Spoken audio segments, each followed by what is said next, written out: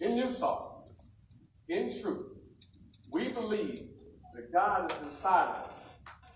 Not some man in the sky, flying around with a radar system, a satellite system, honing in on your prayers, and you might make a connection. You might not. We believe that God is inside of us. Do you agree? Yes.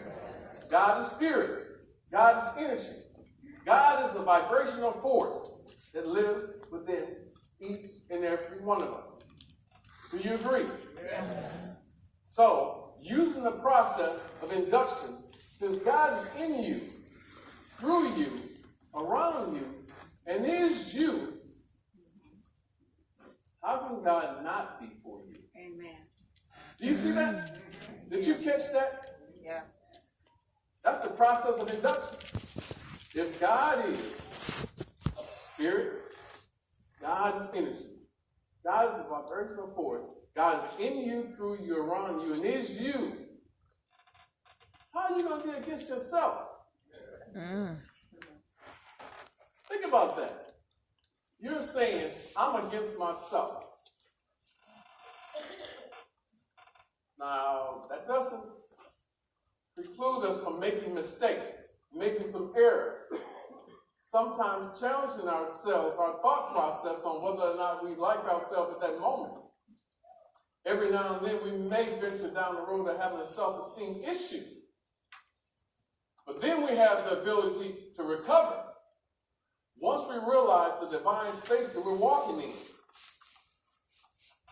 that we are God, an extension of an almighty spirit, an almighty source. Are you challenged by that thought that you are God? Are you struggling with that notion that you are God? And you've been lied to and been convinced through days, months, and years of teaching that God is external to you. And so now we come into this house, we realize we've changed that equation. You are a derivative of God, which means you are God. If you are offspring of God, you are God. Do you get it? Yes. Now, do you understand that? Yes. If somebody's struggling with that, I need you to meet me out there at the water wall. And let's discuss this. This is a critical turn in your life. All those kind of isms that I deal with in my counseling profession, personality disorders, dysfunctional families, self-esteem issues, self-perfection, problems come from this. So stay with me. So God is for you. Now, the question is, do you believe that God is for you? Any given day, how do you function?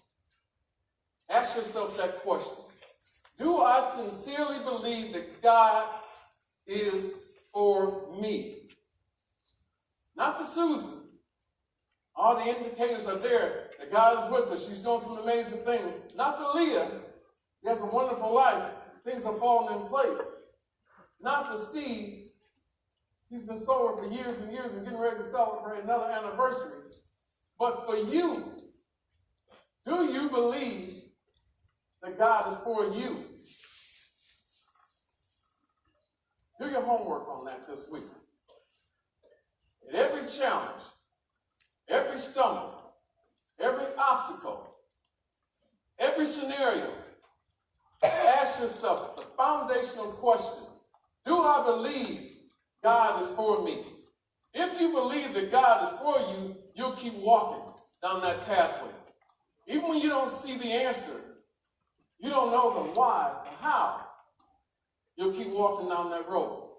Trust me. I started off this message saying, I'm only a collection of my experiences. I'm more than a pretty face. That means I've had those challenging moments.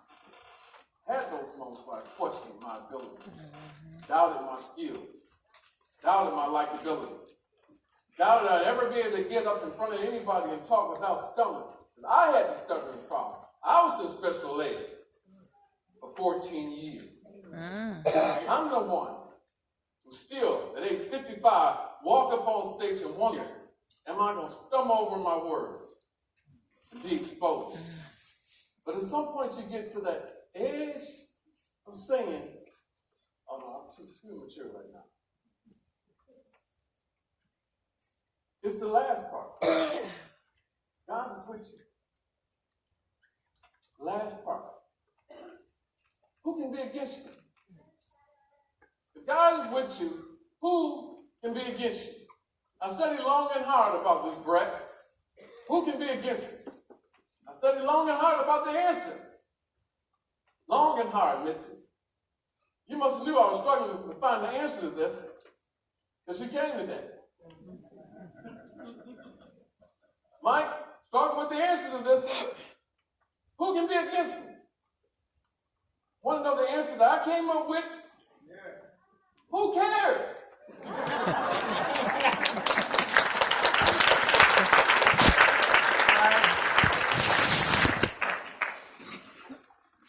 Who cares? It doesn't matter.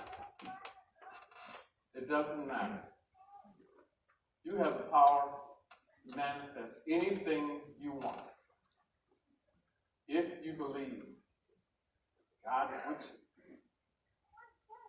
you. You believe our core values. One presence, one God.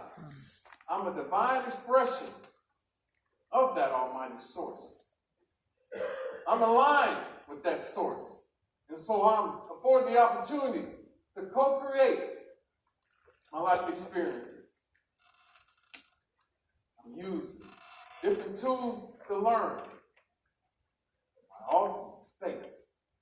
The thing that I live for, the thing that I wake up for, is to demonstrate my power and authority. It's the only reason why I wake up. I'm not waking up to do yesterday. It's gone. I'm not waking up to relive yesterday's problems, issues, suffering. I'm waking up to demonstrate that I am powerful. I'm getting near to close for the message. I want to go back to that process of induction to make sure you understand the message. Can we do a little bit more logic? Can we do a little bit more logic? Predict the fourth word. First word, hide. Second word, hide. Third word, hide. What do you think is the fourth word? Hide. Hide. So I'm saying, if you answer the question, hide, you have the ability to go higher, higher, and higher, into a higher level of consciousness, a higher state of being, to dwell in the secret place of the Most High. In Psalm 91:1, it says, the goal is to dwell in the secret place of the Most High. Where is the Most High? It's not a shelter. It's not a cave. It's not a place to hide out. It's the place to lift yourself higher than any person, place, thing, issue, or problem. And knowing that as I raise myself to a higher elevation, nothing that can be against me. I'm moving towards a safe environment, secure environment, a place that I can soar. And with that soaring, I stop settling for life less than my expectation. I move to a place of finding abundance, prosperity, peace, joy, love, and all the things that I wish for and hope to manifest. You've got proof. You've got proof that God is inside you, God is with you. So who cares who's against you?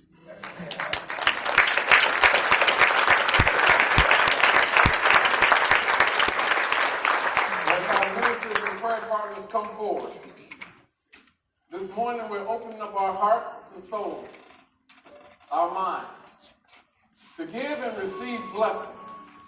We move to a higher level of awareness and action.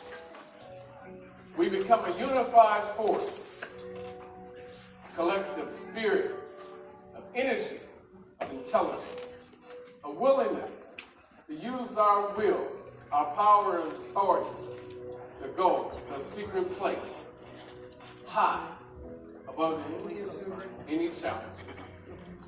And with that in mind, we move into a sacred moment where we open up our arms and we embrace those who are challenged. So on our prayer list today, we see Cheryl Townsend. Amidst the miracle is here. April Brown, Carol Z, Kathy and Mary Ellen, Walter Frank, Amanda Evans, Betty Stewart, Linda Katakis, Josie Hodges, Nicole Randolph. We continue to hold in our love those loved ones who have made their transition. Liz Ferguson and family. Liz's brother Paul made his transition last week. The family, Robert Dawson.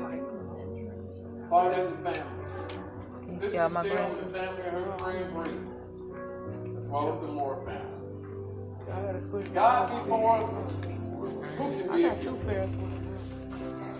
Now we possess the power of choice. We become enlightened. The light shines. And I am attracted to that light. And I become aware that I can move towards that light. And any time I want, I move towards love, toward faith, toward understanding, toward wisdom, toward imagination, toward zeal, toward strength, toward will, toward life, toward power, for renunciation of order. And the order in my steps tell me there's nothing I can't do. The mind can do two things. It can recreate the past, or it can create the future. And so as you search yourself for what you want, I'm sure you'll come up with the answer. I don't want to live in the past. I want to move forward. And then start making today the present. Realizing again and again and again, any way you shape it up, even when you stumble and fall for a moment, you are the gift. You are the present. So use this present moment, with your turnaround moment. Let the world know nothing can stop you. God is with you. Who cares who's against you? I love you, Renaissance Julie. Live out your life boldly, proudly.